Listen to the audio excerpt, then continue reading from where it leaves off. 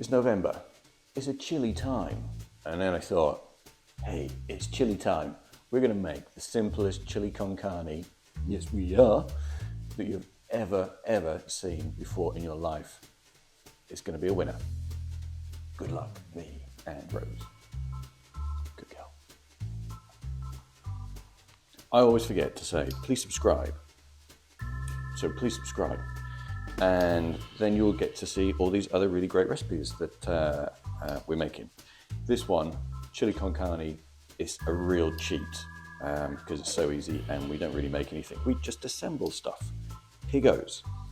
Get some minced beef and put it on medium heat.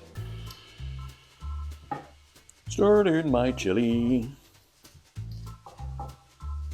Add a tin of tomatoes. Add 1.5 tins of baked beans. Baked beans is the chili future. We're going to add about 6 squares of dark chocolate. Don't like dark chocolate. I've tried it with milk and it's fine. This will make the chili flavors come out better, more chili-ish. Around these parts, we like our chili hot, so I'm going to put in some Tabasco sauce.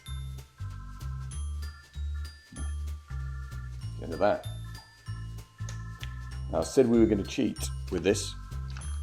Just get your chili con carne mix and then put it in.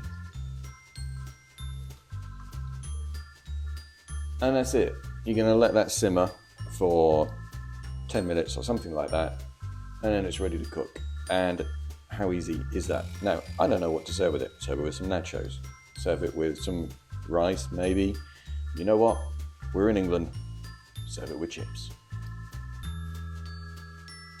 Now, whether you're serving this chili con carne with chips, rice, nachos, or whatever, I'm going to recommend drinking a South African Pinot Taj. That is lekker.